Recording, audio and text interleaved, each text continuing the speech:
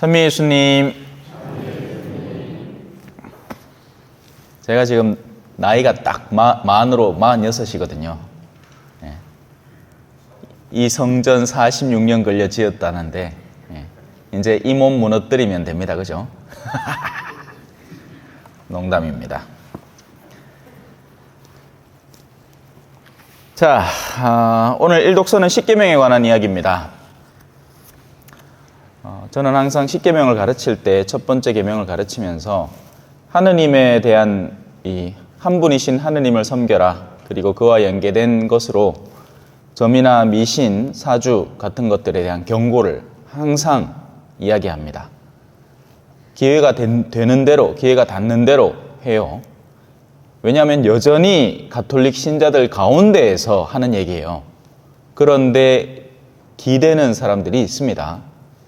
그래서 오늘 이 자리에서 다시 한번 말씀을 드리지만, 제가 저에게 가르침을 받은 제 신자들 가운데에서 그런데 조금이라도 호기심을 가지고 들여다보는 사람이 있으면 저는 더 이상 그 영혼에 책임지지 않습니다. 그건 제 탓입니다. 저마다의 탓이라고요. 저는 확실히 가르쳤습니다. 절대로 다가가지 마십시오. 그건 심심풀이로 볼 게 아닙니다. 거기에는 사로잡히는 힘이 있습니다. 그리고 그 힘은 여러분들을 하느님에게서 서서히, 때로는 강력하게 떼어놓을 겁니다. 자, 하느님의 가품과 하느님의 자애에 대해서 한번 살펴보도록 하겠습니다. 오늘 일독서에는 이런 표현이 나오죠.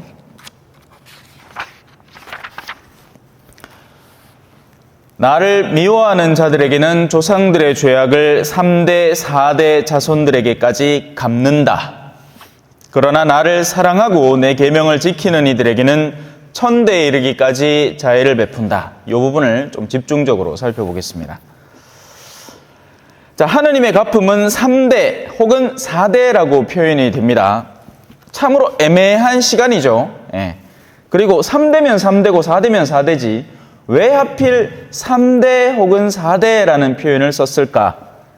그것은 죄의 주체가 되느니, 자, 죄악을 저지르니 하느님에게 대적한 이, 그로부터 시작해서 그 사람이 겪을 수 있는 자녀들의 맥시멈 상태가 4대까지이기 때문입니다. 그 말은 그가 자기가 저지른 죄의 결과를 바라보면서 고통당할 수 있는 한계점의 시간을 말하는 거예요. 내가 하느님으로부터 멀어짐으로 인해서, 그로 인해서 야기되는 내 가족사의 고통들이 내 자녀 때와 내 손주 때와 내 증손주 때까지 닿을 것이기 때문입니다. 그리고 하느님에게서 멀어진 그가 그 이상의 자녀의 은혜를 입을 가능성은 점점 더 사라질 수밖에 없죠. 하느님에게서 멀어졌다는 것은 자신의 삶을 피폐함으로 이끌어가고 있다는 이야기고, 통상적으로는 술도가니에 빠져 살든지 아니면 악습에 절어 살든지 그렇게 장수하지도 못할 겁니다. 하지만 그가 악인 가운데에서도 그래도 건강을 좀 챙기가 장수를 오래 한다 한들 증손주까지의 자신의 죄악의 결과로서 그걸 바라보면서 고통을 겪다가 세상을 떠난다라는 이야기입니다. 글쎄요, 어떻게 느끼실지 모르겠어요. 사실은 무시무시한 이야기입니다. 살아있는 감방에 갇혀 있는 거죠. 가족이라는 감옥 속에 갇혀 살아가는 겁니다. 그리고 그 가족들의, 하느님에게서 멀어진 이의 내면은 어떻겠습니까? 세속적이고 탐스럽고 탐욕적이고 이기적입니다. 그리고 그런 성향을 자녀들이 고스란히 갖게 됩니다. 설령 자녀 때에서 하느님을 또 그래도, 그러니까 부모가 죄악에 사로잡혀 살아간다고 해서 자녀들이 다 죄악이 있는 게 아니에요. 그래서 자녀 때에서 그렇지 않다 하더라도 또 손주 때에서 자신의 탐욕을 물려받은 그런 성향으로 자신을 괴롭히는 손주들이 생겨나게 되는 거죠. 어둠이 한 집안의 존재를 할 때 그 어둠은 분명히 가족사에 영향을 미치는 겁니다.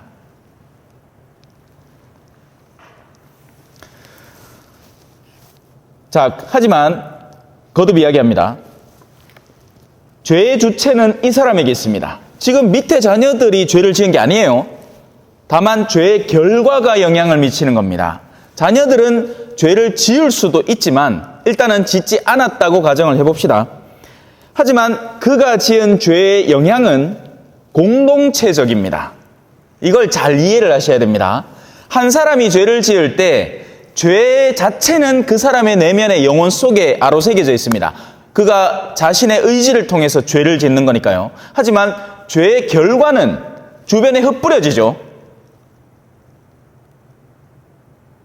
잘 따라오고 계신지 모르겠습니다만 죄는 그 당사자의 몫입니다. 그래서 그 당사자가 죄를 뉘우치지 않으면 그는 하느님이 정한 여정을 따라가겠죠. 당연히 우리는 천국과 지옥 혹은 연옥이라는 단계를 알고 있으니까 회개하지 않으면 하느님께서 허락하시는 곳에 못 들어가는 당연할 뿐더러 그 죄의 경중에 따라서 대죄일 경우에는 지옥이라는 곳에 갈 수밖에 없는 겁니다. 그래서 그 죄의 책임은 그에게 있지만 죄의 영향력, 죄의 결과는 퍼져나가는 겁니다. 자, 내가 나쁜 놈이에요. 그래서 멀쩡한 5살짜리 기떼기를 찰싹 때렸습니다. 이 죄는 누구 거예요? 내가 지은 거예요. 하지만 내 죄악의 결과는 이 5살짜리 아이의 영혼 속에 아로새겨지게 되는 겁니다. 이해가 되시죠? 죄는 혼자만의 것이 아니에요. 죄의 결과는 공동체적인 겁니다. 그래서 학부 논문을 죄로 썼기 때문에 제 말을 신뢰하셔도 됩니다. 네, 윤리신학을 바탕으로 죄에 대한 기초를 다졌기 때문에. 자, 내가 집에 불을 지르면 그건 나의 죄지만 불탄 집에 계속 살아야만 하는 그 고통은 고스란히 가족들의 몫이 되는 겁니다. 그래서 한 사람이 죄를 지으면 그 죄의 영향력 속에서 그 이하 때 그 사람과 마주하고 있는 사람들 안에 그게 퍼져나가는 겁니다. 그래서 3대, 4대라고 표현을 하는 거죠. 사실 지금의 기후재앙은 우리가 저지른 겁니까? 아니죠. 선대에서 저지른 겁니다. 산업개발이 시작되면서부터 수도 없이 내뿜어낸 수많은 이 가스들, 그때 당시만 하더라도 뭐 디젤을 나오는 가스들을 걸러내고 요소수가 있고 이딴 거 없었어요. 그냥 갖다 태운 겁니다. 그러니까 뭐 납중독에도 걸리고 생난리 북새통이었죠. 그러다가 이제 그게 바뀐 거죠. 환경을 엄격하게. 지금은 어때요? 저는 백천가를 산책할 때마다 한탄스럽습니다. 우리는 맨날 생태 하면서 농촌 지역에는 막 엄청 생태적으로 살 것 같잖아요. 제가 보기에는 오히려 농촌 지역이 더 비생태적입니다. 도시 사람들은 오히려 더 열심히 쓰레기 열심히 분리수거하고 자기 딴에는 깔끔하고 책임져 가면서 심지어는 그 빨대 하나도 덜 쓰려고 애를 쓰고 하는데 여기는 그딴 거 없어요.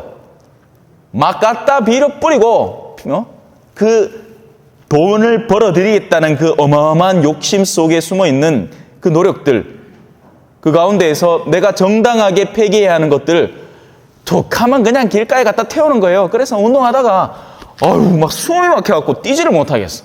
얼마나 갖다 태워야 되는지. 그리고 그 태운 연기들이 아침에 그 안개와 뒤섞여가지고 묵직하게 깔아앉아 있지 않습니까? 그 누가 다 마십니까? 우리가 다 마셔요. 근데 거기서 멈추지 않죠. 지금 우리가 하고 있는 모든 환경 파괴들은 우리의 자녀들의 해악으로 고스란히 돌아갑니다. 여러분들은 맑은 물에 몇 감았을 거 아니에요? 에? 더울 때 한여름에 아이고 덥다 우리 백천가 갖고 샤워하자. 풍덩풍덩 어이구 시원하다. 어이구 지금 저기 뛰어갈 수 있는 사람 있습니까? 요즘은 그래도 비가 많이 와가 그나마 겨울에는 좀 깨끗하더라. 예. 옷에는 물이 많이 흐르니까 봐줄만은 합디다. 냄새는 덜 나고. 여름만 돼봐요. 둥둥 떠다니는 푸르스름한 그 이끼들. 예? 근처도 가기 싫지. 그래서 우리의 죄악은 우리의 후대에 영향을 미칩니다. 그래서 우리는 그 누구도 자유롭다 할 수 없는 겁니다. 우리 모두는 이 순환고리 속에 있는 거예요. 그래서 부당한 일이 아닌 겁니다. 우리는 우리의 탓 없이 죄의 결과 속에서 살고 있는 것이고 또 우리는 그런 것들을 물려주고 살아갑니다. 앞선 선대의 죄악의 결과는 우리에게 와서 효과를 발휘하는 거죠. 그래서 이건 부당한 게 아닙니다. 하느님은 절대로 그래서 부당하지 않습니다. 오히려 거꾸로입니다. 하느님은 부당한 분이 아니에요. 하느님은 정의로운 분이면서 동시에 자애로운 분입니다. 왜 그러느냐? 지금부터 설명이 들어갑니다. 당신의 자애는 천대에 이르니까요.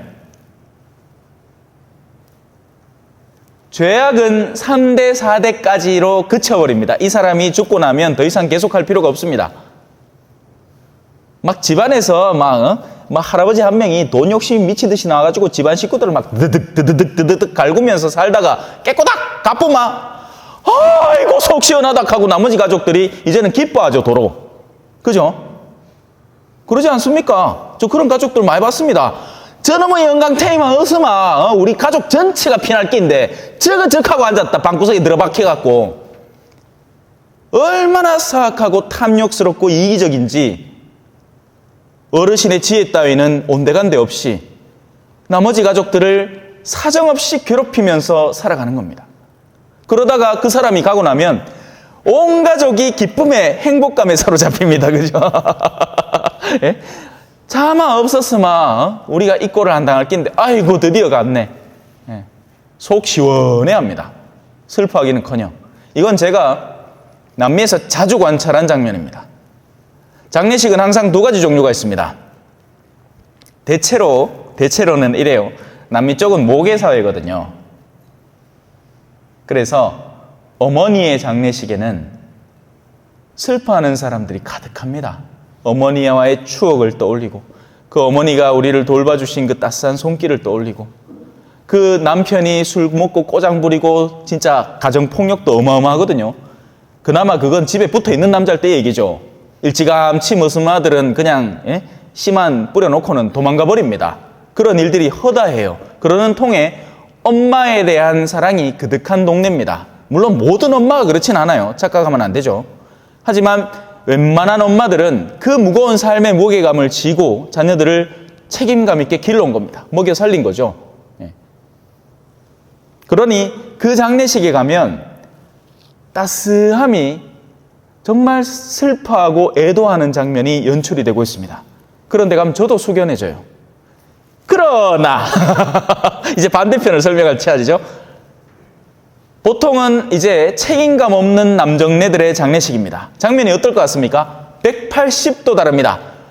평소에 친하던 친구들이 모여와서 주정을 떨어대는데 가족들이 이놈의 영감태에는 마지막 가는 때까지 속을 썩인다면서 학을 떼고 있습니다. 친구들이 와서 그 친구들 다 뭐겠어요? 술주정뱅이 친구들에다가 입은 험할 대로 험하고 신앙은 없고 그러니 사제가 와서 거룩한 장례 예절을 하고 있는데도 저 뒤에서 술 한잔 걸치고 빠드레 치노 중국 뗀놈 신부 이렇게 얘기하는 겁니다. 치노라는 말은 중국인이라는 뜻이거든요. 그 동네 사람에게는 눈 쫙 째져 있으면 전부 다 치노입니다. 치노. 그라인 옆에서 조용해라 해도 소용없어요. 술이 막 이마에 대가 얼굴은 벌게가. 장례식이 우스꽝스럽게 됩니다. 그 누구도 너무나 안타까운 건 그 가족 일 구성원들 가운데 그 누구도 세상을 떠난 그 영혼을 위해서 아무도 진심으로 기도해 주지 않는다는 데 있습니다. 아니 오히려 속 시원해합니다. 아이고 잘 갔다. 아이고 잘 갔다.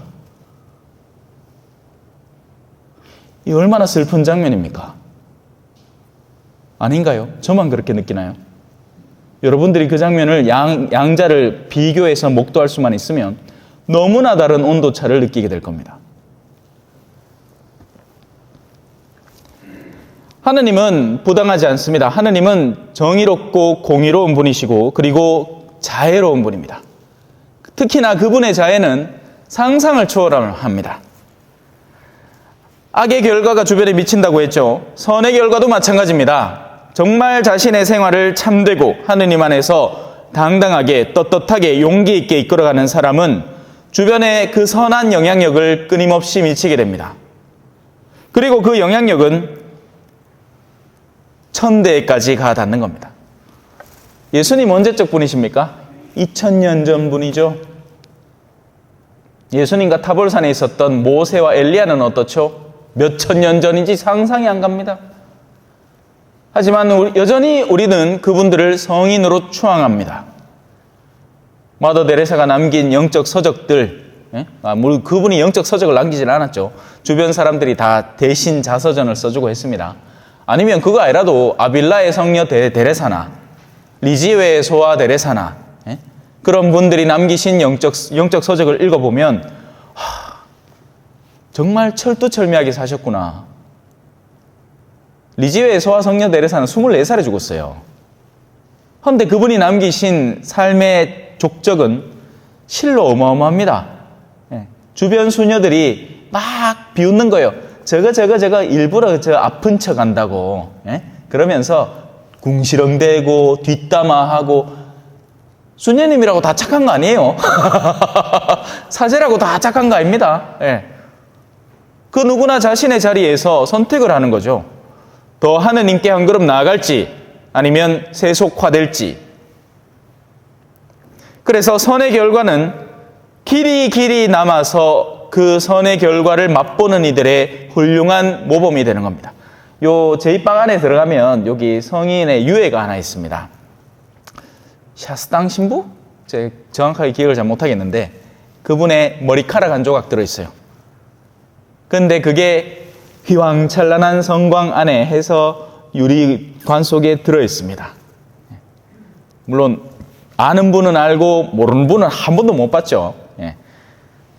성인들의 유해는 항상 성당의 제대를 만들 때, 통상 우리는 나무 제대지만 돌 제대를 만들 때 가운데에 다른 색깔 돌이 있습니다. 왜 그러냐? 거기에 성인들의 유해가 보존되는 경우가 흔합니다. 대구 성모당의 성직자 묘지에 가서 그 성직자 묘지 안에 들어가면 가운데 제대가 있습니다. 가서 가운데를 보시면 조그만 돌 조각 색깔이 달라요. 그 안에 우리 한국 성인들의, 순교 성인들의 유해가 들어있죠. 신학교 제대도 그렇고 뭐 여러 가지 제대들, 아마 뭐 좀 유서 깊은 성당이다 하면 있을 겁니다. 저런 가실 성당이라든지, 그죠? 모르겠습니다. 저는 거기는 안 가봐서 제대를 왜 제대볼을 들키고 볼 수는 없으니까, 그죠? 근데 있을 기라. 여튼 훌륭한 이들의 삶의 덕행과 모범은 다른 이들에게 영향을 미치는데, 그게 3대, 4대 웃기지 말라고 하십시오. 1000대까지도 얼마든지 영향을 미칠 수 있는 겁니다. 이게 하느님께서 조성해 놓으신 세상의 질서예요. 악행은 사실 3대, 4대 거치고 나면 거기에 시달리던 사람, 그 사람이 죽고 나면 그 뒤로부터는 잊혀져 버리는 겁니다. 아무도 그를 기억 안 해줍니다. 그가 암만 돈을 많이 벌었기나, 그가 암만 권력가였기나, 그가 암만 명예가 뛰어났던 사람이나 나쁜 짓 하는 인간은 아무도 기억 안 해줍니다. 오히려 멸시하고, 왜? 멸문지화, 부관 참시 들어보셨죠? 심지어 무덤까지 파서 그 흔적까지 싹 다 없애버립니다. 사람들은 자신에게 혜택이 돌아올 때는 그것을 부당하다고 하지 않습니다. 될 수 있으면 좀에 더 혜택이 돌아왔으면 하고 바랍니다. 그죠? 어떤 사람은 막 저거하고 아무 상관도 없는 사람인데 끌어다가 혜택을 보려는 사람도 있죠. 그게 어디서 자주 일어나느냐? 우리 성당 주차장에서 자주 일어납니다. 차를 떡 대고 있으면 제가 옆에 가갖고, 아이고 안녕하십니까, 아이고 그래 성당에 주차장에 차만 대지 마시고 성당 좀 나와 있어 하면 이제 자기도 멋쩍잖아요. 그러니까 자기 그때 CPU를 막 돌리는 겁니다. 두뇌 회로를 막 돌리가, 우리 저 큰 고모 분이 수녀님이십니다 하면 제가 한마디 하죠. 웃자라고요. 그게 나하고 뭔 상관인데? 형제님 성당 나오라고요. 그러면 이제 더 멋져가죠. 우리는 그렇게 남이 이루어 놓은 것에 그 미약하나마 혜택을 보려는 겁니다. 우리 고모 수녀님께 내 가톨릭하고 이런 연줄이 있는 사람입니다. 그거는 이 동네 출신인 신부한테 얘기해야지. 나한테는 안 통하지. 나는 어디 저 밖에서 굴러 먹다 온 놈이거든요. 성씨도 마신데다가 아무 연줄도 없어 여기에. 그러니 그런 말은 저한테 1도 안 통하는 겁니다. 어쩌라고? 그건 네 사정이고.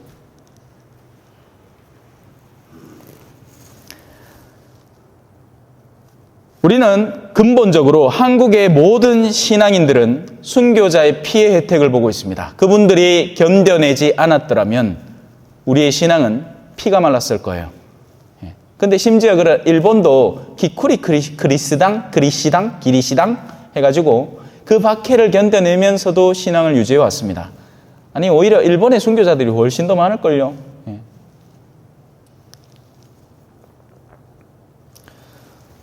사람들은 순교자의 공로는 그들에게서 끝나야 한다. 그들의 공로가 우리에게 이어져 오는 것은 정당하지 않다라고 절대로 얘기하지 않죠. 그것은 우리에게 득이 되는 거니까 더 오면 좋다고 얘기합니다. 하지만 악행의 결과가 이어지는 것은 정당하지 않다. 말이 안 되는 거죠. 우리는 언제나 선의 영향력과 악의 영향력 속에서 살아갑니다. 암만 자기가 세상을 피폐하게 살았다 하더라도 그 안에서 선이라는 것을 맛보지 않고 살아가는 사람은 없고요. 또 자신이 아무리 보호받은 환경 속에서 살아간다 하더라도 악이라는 것에 상처받지 않는 사람도 없는 겁니다.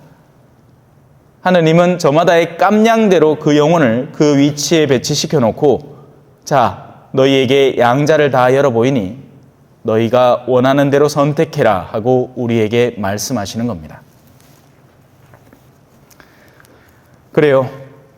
이제 사순 시기가 또 이제 3주로 접어들어가고 있습니다. 모쪼록 내가 지금 놓인 환경 속에서 나는 어떤 영향력을 받고 있고 그 영향력 속에서 어떤 선택을 하고 있는지 한번 성찰해 보시고 확고히 하는 계기가 되기를 바랍니다. 아멘.